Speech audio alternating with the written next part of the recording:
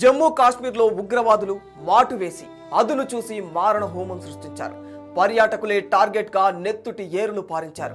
పర్యాటక ప్రాంతం పహల్గాంలో టూరిస్టులపై ఉగ్రదాడి యావత్ దేశాన్ని ఉలిక్కి పడేలా చేసింది. ప్రకృతి అందాలు చూస్తూ సరదాగా గడిపేందుకు వచ్చిన వారు టెర్రరిస్టుల తూటాలకు నిర్దాక్షిణ్యంగా బలైపోయారు.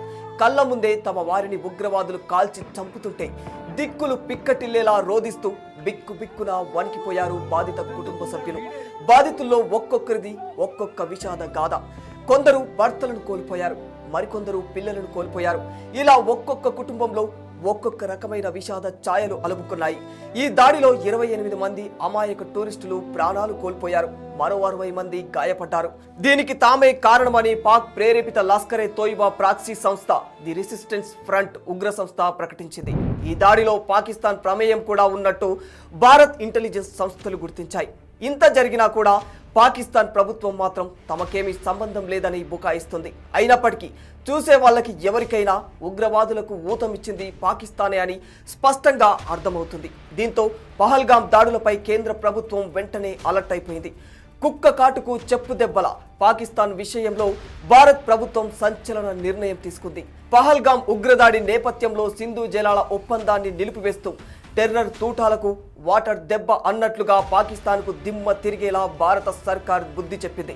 దీంతో ఈ నదీ జలాల అంశం ప్రపంచ వ్యాప్తంగా పెద్ద చర్చనీయాంశమైపోయింది. అసలు ఏమిటి సింధు జలాల ఒప్పందం? ఈ ఒప్పందం రద్దయితే పాక్ కలిగే నష్టమేమిటి? 64 ఏళ్ల ఈ ఒప్పందం ఒక్కసారిగా ఆగిపోతే పాకిస్తాన్ ఎడారిగా మారాల్సిందేనా? ఇంకా భారత్ తీసుకున్న ఈ ఒప్పందంపై దౌత్య న్యాయపరమైన అడ్డంకులు ఏమైనా ఎదురయ్యే అవకాశాలు ఉన్నాయా? ఈ విషయాలన్నింటిపై ఈ వీడియోలో క్లియర్గా తెలుసుకునే ప్రయత్నం చేద్దాం. ఇక మ్యాటర్లోకి వెళితే ముందుగా భారత్ పాకిస్తాన్ల మధ్య ఉన్న జల ఒప్పందం ఏమిటో తెలుసుకునే ప్రయత్నం చేద్దాం. అయితే ఇరు దేశాల మధ్య విస్తరించి ఉన్న సింధు నది, దాని ఉపనదుల జలాలను సాగు కోసం, విద్యుత్ ఉత్పత్తి, జల రవాణా, చేపల వేట లాంటి అనేక అవసరాల కోసం వినియోగించుకునేందుకు గాను ఈ రెండు దేశాలు దశాబ్దాల క్రితం ఓ ఒప్పందం చేసుకున్నాయి. దాదాపు 9 ఏళ్ల పాటు విస్తృత స్థాయి చర్చల తర్వాత 1960 సెప్టెంబర్ 19న నాటి భారత ప్రధానమంత్రి జవహర్లాల్ నెహ్రూ, పాకిస్తాన్ అధ్యక్షుడు అయూబ్ ఖాన్లు ఈ చరిత్రాత్మక ఒప్పందంపై సంతకాలు చేశారు. ఒప్పందంలో పేర్కొన్న మేరకు సింధు ఉపనదుల్లో తూర్పు వైపుగా ప్రవహించే రావి, బియాస్, సట్లైజ్ నదులపై భారత్కు హక్కులు నిర్ణయించబడ్డాయి. సింధు ఉపనదుల్లో పశ్చిమ దిశగా ప్రవహించే జీలం, చినాబ్లపై పాకిస్తాన్కు హక్కులు లభించాయి. ఈ నదీ జలాల వినియోగం ఇరు దేశాల మధ్య ఉత్తర ప్రత్యుత్తరాల కోసం ఒక సహాయక యంత్రాంగాన్ని కూడా ఏర్పాటు చేశారు. ఎలాంటి ఘర్షణలకు తావు లేకుండా పరస్పర సహకార భావాలతో నదీ జలాలను సద్వినియోగం చేసుకోవడమే ఈ ఒప్పందం ప్రధాన లక్ష్యం. భారత్ తన పాక్షిక హక్కు మేరకు పాకిస్తాన్ పరిధిలోని పశ్చిమ ఉపనదుల జలాలను పరిమితంగా వాడుకోవచ్చు, వ్యవసాయం, జల విద్యుత్ ఉత్పత్తి కోసం వినియోగించుకోవచ్చు. అయితే పశ్చిమ దిశగా ప్రయాణించే జలాలు పాకిస్తాన్లోకి వెళ్లకుండా అడ్డుకోకూడదు. ఈ ఒప్పందంలో భాగంగానే గతంలోనే శాశ్వత సింధు కమిషన్ కూడా ఏర్పాటు చేశారు. ఈ కమిషన్లో ఇరు దేశాలకు ప్రాతినిధ్యం ఉంది. ఇరు దేశాలు తమ అభ్యంతరాలను ఈ శాశ్వత కమిషన్ ద్వారా చెప్పుకోవచ్చు. ఈ నదీ జలాలపై ఉద్దేశపూర్వకంగా డ్యాంలను నిర్మించి హఠాత్తుగా నీటిని వదిలి నీటి బాంబుగా మార్చకూడదని షరతులు కూడా పెట్టుకున్నారు. అయితే గడిచిన 6 దశాబ్దాల్లో ఈ నదీ ప్రవాహాల వెంట భౌగోళికంగా, రాజకీయంగా, పర్యావరణ పరంగా చాలా మార్పులు వచ్చాయి. జీలంకు ఉపనది అయిన కిషన్ గంగా నదిపై భారత్ జల విద్యుత్ కేంద్రాన్ని నిర్మించింది. దీనిపై పాకిస్తాన్ తీవ్ర అభ్యంతరం వ్యక్తం చేస్తోంది. ప్రాజెక్టు కారణంగా తమ భూభాగంలోకి నదీ జలాల ఉధృతి బాగా తగ్గిపోయిందని, సింధు నది జలాల ఒప్పందానికి భారత్ తూట్లు పొడుస్తుందని పాకిస్తాన్ వాదిస్తోంది. కానీ ఉగ్రవాదాన్ని పోషిస్తున్న పాకిస్తాన్కు భారత్ ఇప్పటికే చాలాసార్లే అవకాశం ఇచ్చింది. అయినప్పటికీ ఆ దేశం మారలేదు. ఇప్పుడు తాజాగా జరిగిన ఉగ్ర దాడితో భారత్ సీరియస్ అయ్యింది. ఇంకా ఉపేక్షించేదే లేదంటూ సింధు జలాల ఒప్పందాన్ని రద్దు చేసింది. ఇది పాక్కు చాలా పెద్ద షాక్ అనే చెప్పాలి. ప్రపంచంలో అతి తక్కువ నీటి వనరులు ఉన్న దేశాల్లో పాకిస్తాన్ కూడా ఒకటి. ఇంకా దీనికి ప్రధాన ఆయువు ఇండస్ రివర్ వాటర్ ఒక్కటే. మొత్తం ఆ దేశ వ్యాప్తంగా వ్యవసాయం సింధు జలాలపైనే ఆధారపడి ఉంటుంది. కాబట్టి ఇండస్ రివర్ వాటర్ ఆగిపోతే పాకిస్తాన్ ఎడారిగా మారిపోతుందనే చెప్పుకోవచ్చు. అక్కడి పంజాబ్, సింధు లాంటి రాష్ట్రాలకు ఇదే ప్రధాన వనరు. అసలే బలూచిస్తాన్, ఖైబర్ పఖ్తూన్ఖ్వా, సింధు ప్రాంతాలు అతి తక్కువ నీటి వనరులు కలిగిన ప్రాంతాలు.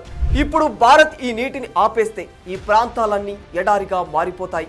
ఇప్పటికే విపరీతమైన ద్రవ్యోల్బణం, పేదరికాన్ని ఎదుర్కొంటున్న పాకిస్తాన్ ఈ దెబ్బకు మలమలా మాడిపోవడం ఖాయమని చెప్పుకోవచ్చు. భారత్ పాక్ల మధ్య గతంలో 1965, 1971, 1999లో యుద్ధాలు జరిగిన, చాలాసార్లు ఉద్రిక్తతలు ఏర్పడ్డా సింధు జలాల ఒప్పందం నిరాటంకంగా కొనసాగింది. అయితే ఈ మధ్య కాలంలో డ్యాంల నిర్మాణం, నీటి వినియోగం ఇంకా ఇతర అంశాలపై వివాదాలు ఎక్కువైపోయాయి. కిషన్ గంగా, రాట్లే ప్రాజెక్టులపై ఇష్యూని పాకిస్తాన్ ప్రపంచ బ్యాంకు దాకా తీసుకెళ్లిందనే చెప్పుకోవాలి. కాగా ఎలా చూసుకున్నా సింధు నది ఒప్పందం వల్ల భారత్ కన్నా పాకిస్తాన్ ఎక్కువ లబ్ధి పొందుతుందనేది వాస్తవం. ఈ ఒప్పందం వల్ల సింధు జలాల్లో 80% నీటిని పాకిస్తాన్ వినియోగించుకుంటుంది. 2016 ఉరి ఉగ్రదాడి తర్వాత భారత ప్రధాని నరేంద్ర మోడీ మాట్లాడుతూ రక్తం నీరు కలిసి ప్రవహించలేవని ఆయన వ్యాఖ్యానించారు. 2023లో ఈ ఒప్పందంపై మళ్లీ చర్చించాల్సిందిగా భారత్ అధికారికంగా కూడా పాకిస్తాన్కు తెలియజేసింది. అయితే పాక్ మాత్రం అందుకు ససేమిరా ఒప్పుకోలేదు. పాత ఇండస్ వాటర్ ట్రీటీ నిర్దేశించిన విధంగానే కట్టుబడి ఉంటున్నట్లుగా వ్యవహరించింది. అయితే సింధు నది జల ఒప్పందం నుంచి తాత్కాలికంగా భారత్ వైదొలిగితే ఇకపై కేంద్ర ప్రభుత్వం తనకు నచ్చినట్లు ప్రవర్తించే వీలుంటుంది. అంటే జీలం, చినాబ్, రావి, బియాస్, సట్లెజ్ నది జలాలు పాకిస్తాన్కు స్వేచ్ఛగా ప్రవహించకుండా డ్యాంలు కట్టే అవకాశాలు ఉంటాయి. దీంతో పాకిస్తాన్కు జల సంక్షోభం కష్టాలు చుట్టుముడుతుందనే చెప్పుకోవాలి. ఇదిలా ఉంటే సింధు జలాల ఒప్పందం నుంచి వైదొలుగుతున్నట్టు భారత్ ప్రకటించిన ఇది అనుకున్నంత ఈజీ కాదని కొందరంటున్నారు. ఇది అంతర్జాతీయ ఒప్పందం కావడంతో పాటు వరల్డ్ బ్యాంక్ మధ్యవర్తిత్వం ఉన్నందున భారత్కు దౌత్య, న్యాయపరమైన అడ్డంకులు ఎదురవుతాయని చెబుతూ ఉన్నారు. ప్రధానంగా పాకిస్తాన్కు చైనా, టర్కీ, ఇతర ఇస్లామిక్ దేశాల నుంచి మద్దతు లభించవచ్చని, చైనా తన భూభాగం నుంచి భారత్లోకి ప్రవహించే బ్రహ్మపుత్ర నదిని కంట్రోల్ చేయడం ద్వారా పాకిస్తాన్కు సహకరించవచ్చని భావిస్తూ ఉన్నారు. అలాగే తమ దేశ మనుగడను దెబ్బతీసేలా భారత్ ఏకపక్ష నిర్ణయం తీసుకుంటుందంటూ ఐక్యరాజ్యసమితి, అంతర్జాతీయ కోర్టులను పాకిస్తాన్ ఆశ్రయించే అవకాశాలు ఉంటాయని కూడా అంటున్నారు. అంతేకాకుండా పాకిస్తాన్పై భారత్ మరికొన్ని కఠిన నిర్ణయాలు కూడా తీసుకుంది. ఇందులో 5 పెద్ద నిర్ణయాలు ఏంటంటే, 1.